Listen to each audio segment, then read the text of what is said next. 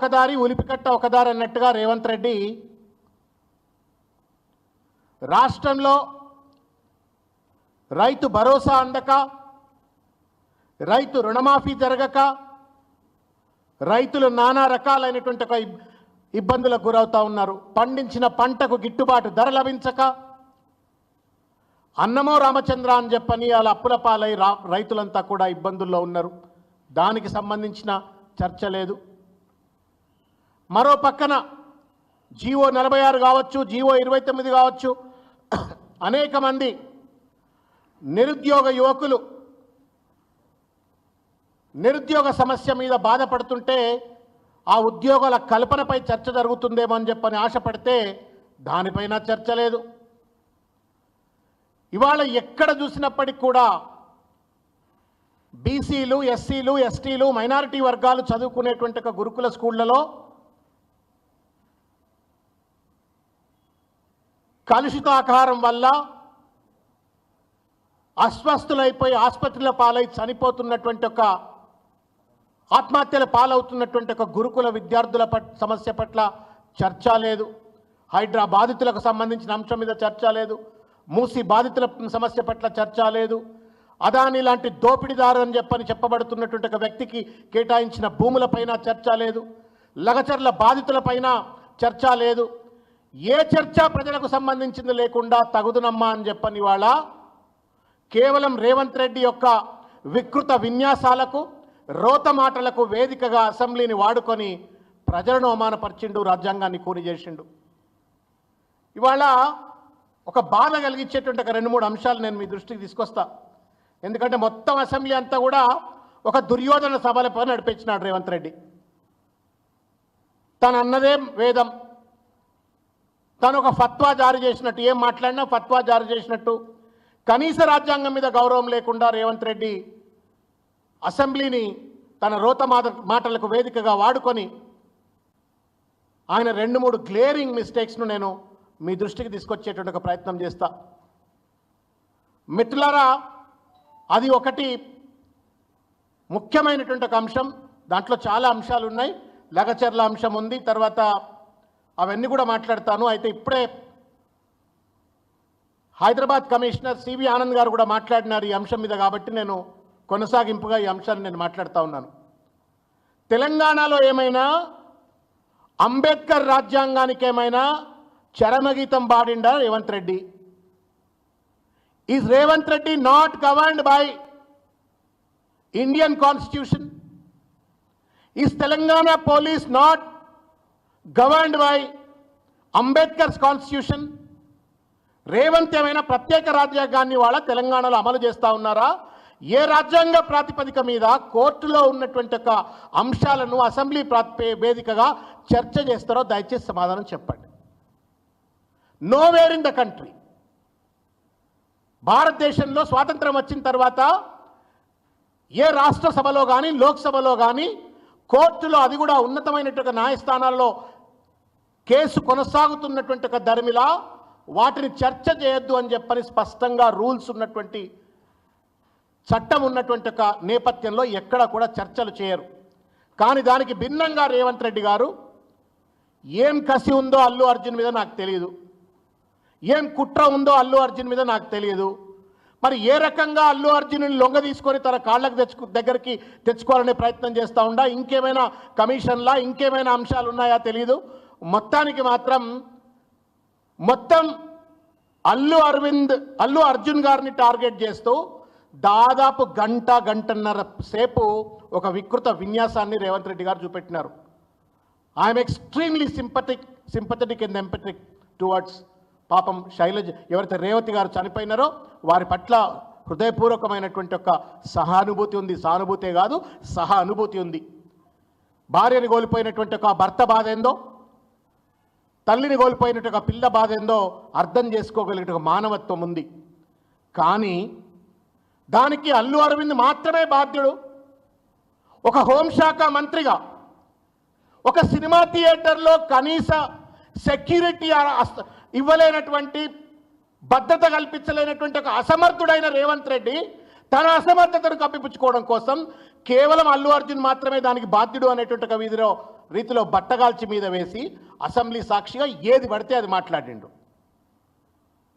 Freedom of expression ఉండొచ్చు కాక, but does not mean that you tarnish and you character assassinate other individuals. 2-3 ప్రశ్నలు. రేవంత్ రెడ్డి ఓ ముసలి కన్నీరు కార్చినావు కదా, సంతోషం, కార్చినావు అసెంబ్లీ వేదికగా పాపం రేవతి గారి గురించి. మరి ఎందుకయ్యా ప్రభుత్వం నుండి ₹1 అయినా ఎక్స్గ్రేషియా ఇవ్వలే ఇంతవరకు? ₹1 అయినా ప్రభుత్వం నుండి ఎక్స్గ్రేషియా ఇవ్వడానికి మనసెందుకు రాట్లే రేవంత్ రెడ్డి? డ్రామాలా? పుష్ప 2లో అల్లు అర్జున్ ఏం డ్రామా చేసిండో కానీ అసెంబ్లీలో మాత్రం రేవంత్ రెడ్డి పిచ్చ పిచ్చ డ్రామాలు చేసి పడేసిండు. దానికి తోడు ఆయన పేరు ఏం పేరు, అక్బరుద్దీన్, ఆయనను కూడా ఆ డ్రామాలో భాగం చేసుకున్నాడు. ఇద్దరు ఒక you scratch my back, I scratch your back అన్నట్టుగా ఇద్దరు కలిసి డ్రామాలు ఆడేటువంటి ఒక ప్రయత్నం చేసినారు. ఆయన అనగానే ఇంకో డ్రామా ఆర్టిస్టులు వేసిండు కోమటిరెడ్డి వెంకటరెడ్డి గారు. నేను ప్రతీక్ ఫౌండేషన్ ద్వారా 20 లక్షల రూపాయలు ఇస్తానని చెప్పని అక్బరుద్దీన్ గుర్తు చేస్తే ఆయన బాధ్యత గుర్తొచ్చి ఇచ్చిండు. సరే ఇచ్చింది మంచిదే, పెద్ద పెద్ద కాంట్రాక్ట్లన్నీ ప్రభుత్వ కాంట్రాక్ట్లన్నీ చేసిండ్రు, వేల కోట్ల రూపాయలు సంపాదించిండ్రు, అదంతా ప్రజల సొమ్మే, ప్రజలకు చెందితే మంచిదే, నేను కాదంటలేను. But the question is, Revanth రెడ్డికి అంత బాధ ఉన్నోడు, అంత మొసలి కన్నీరు గార్చినటువంటి ఒక వ్యక్తి, ఆ తల్లి బాధ, ఆ పిల్లగాడి బాధ గురించి వర్ణించినటువంటి ఒక రేవంత్ రెడ్డి ఎందుకు ఒక ముఖ్యమంత్రి హోదాలో, ఒక హోంమంత్రి హోదాలో ₹1 అయినా ప్రభుత్వం నుండి ఎక్స్గ్రేషియా ఎందుకు ప్రకటించలేకపోతా ఉన్నావు?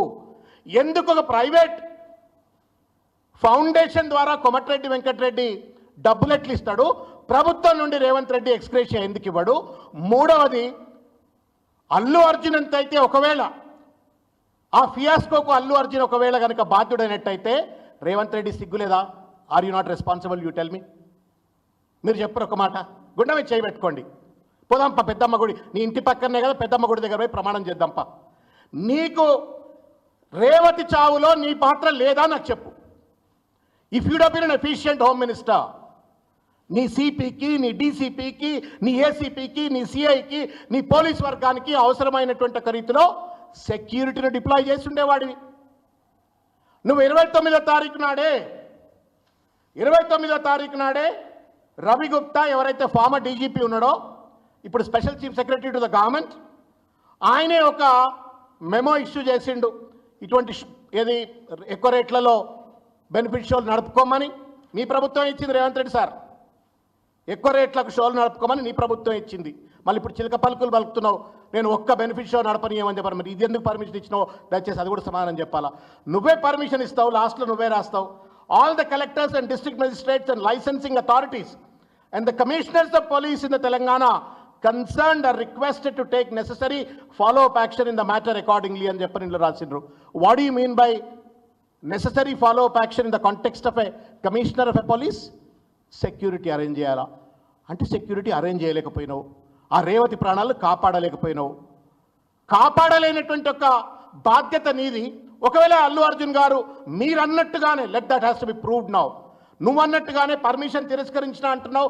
ఎక్కడ తిరస్కరించినావు? ఆ లెటర్ అయితే ఇంతవరకు బయట పెట్టలే. నేను చూసిన పోలీస్ వాళ్ళు పాపం, there are good officers, I know some of them క్లోజ్గా నేను ఇంటరాక్ట్ అయినటువంటి వాళ్ళు. I have great respect to even Anand also, a proud Osmanian, a highly brilliant officer. I have great respect to him, but then I think they seem to have also been pushed and pressurized to have that kind of a press meet today. ఏం video అండి ఇది నాకు అర్థం కాదు. రేవంత్ రెడ్డి ఏమో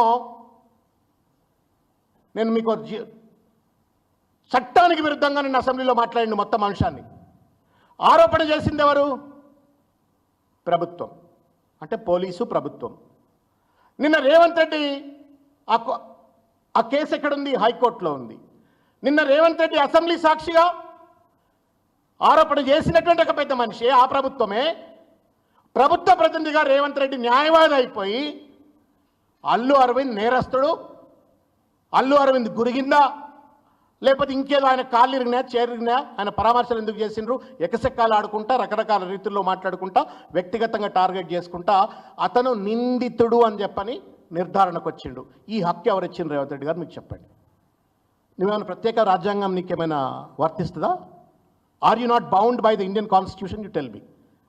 నీకు Telangana business rules అనేటువంటి ఒక ఉన్నాయనే ఒక విషయం సోయిందా? నాకు దయచేసి సమాధానం చెప్పాలని చెప్పి నేను కోరుకుంటున్నా. Rules of procedure and conduct of business in Telangana legislative assembly అని చెప్పని ఒక పుస్తకం ఉంటుంది. ఇగో ఇది పుస్తకం. అయ్యా రేవంత్ రెడ్డి, నీకోసమే ఈ పుస్తకం, నీకోసమే సార్ ఈ పుస్తకం. మరి ఆ స్పీకర్ గారు గడ్డం ప్రసాద్ గారు మాకు మంచి మిత్రుడు, మాకు ఆత్మీయుడు, మాకు ఆయనంటే గౌరవం. శ్రీధర్ బాబు గారు ఆయనంటే కూడా గౌరవం, లెజిస్లేటివ్ అఫైర్స్ మినిస్టర్. నువ్వు చదివినవో చదవలేదో దయచేసి ఈ పుస్తకం తెచ్చుకొని ఒకసారి చదవాలని చెప్పని నేను కోరుతున్నా. ఇందులో ఏముందో ఒకసారి నీకు చదివి వినిపిస్తా.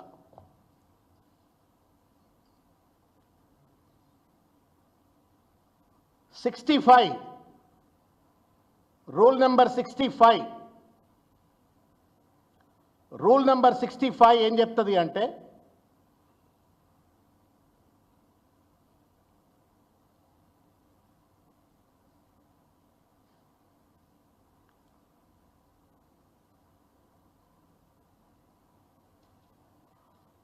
the right to move the adjournment of the assembly for the purpose of discussing a definite matter of urgent public importance shall be subject to the following restrictions, namely. ఇది 65వ రూల్. ఇది ఏ పేజీలో ఉంది? ఇది 26వ పేజీలో ఉంది ఆ పుస్తకంలో. రేవంత్ రెడ్డి గారు పుస్తకం తెప్పించుకొని చూడాలని చెప్పి కోరుతున్నాం మిమ్మల్ని.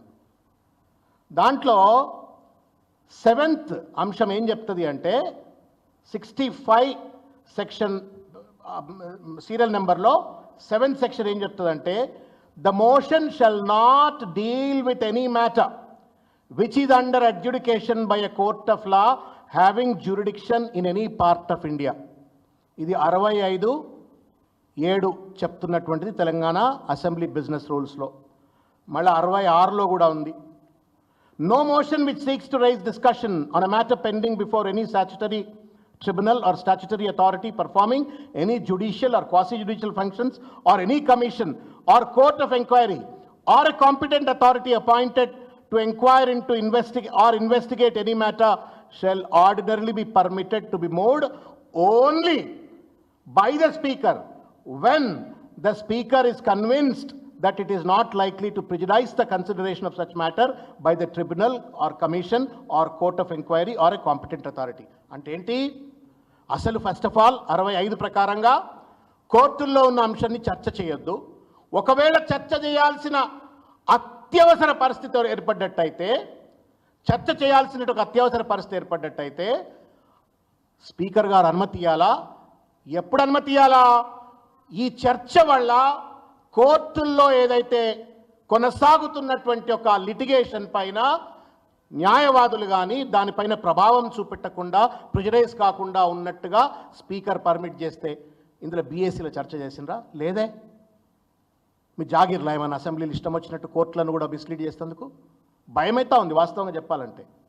If you are doing this to Allu Arjun, a popular national actor తోటే నువ్వు ఇంత డ్రామాలు ఆడితే, నువ్వు సాధారణమైనటువంటి లగచర్లతో బాధితులు కావచ్చు, లేకపోతే ఇంకా గ్రూప్ 1 బాధితులు కావచ్చు, June 29 బాధితులు కావచ్చు, ఇంకా చాలామంది నిరుద్యోగ విద్యార్థులు కావచ్చు, ప్రతిపక్ష పార్టీల నాయకులు కావచ్చు, సోషల్ మీడియా కార్యకర్తలు కావచ్చు, వాళ్ళతో ఎంత డ్రామాలు ఆడతావు రేవంత్ రెడ్డి? ఇది ఎక్కడ న్యాయం చెప్పండి మీరు? అంటే you're trying to influence the కోర్టా? చెప్పండి మీరు. నువ్వు అసెంబ్లీలో మాట్లాడితే కోర్టులు ప్రభావితం అయిపోయి తీర్పు ఏమైనా వ్యతిరేకిస్తుందని చెప్పని మాట్లాడినావా? గంట సేపు మాట్లాడినావు, గంటన్నర సేపు. మీరు చెప్పరు cost of the 1.5 hour of assembly time ఎంత అవుతుంది సార్? మీరు పెద్దలు ఎన్నోసార్లు అసెంబ్లీలో ఉన్నారు. ఏం తక్కువ లేదన్నా 1 కోటి రూపాయలు కావాలి, 50 లక్షల నుంచి 1 కోటి రూపాయలు కావాలా? నీకు నిజంగా ప్రేమ ఉంటే 50 లక్షల నుండి 1 కోటి రూపాయల విలువైనటువంటి ఒక అసెంబ్లీ సమావేశాన్ని ఒక వ్యక్తిని తూలనాడడం కోసం నువ్వేదైతే దుర్వినియోగపరిచినవో దాని బదులుగా 50 లక్షల 1 కోటి రూపాయలు ఆ రేవతికో లేకపోతే పాప మా పిల్లగాడు శ్రీతేజ్కో ఇస్తే వాళ్ళ కుటుంబాలు బాగుపడుతుండే. అట్లా చేయాలను.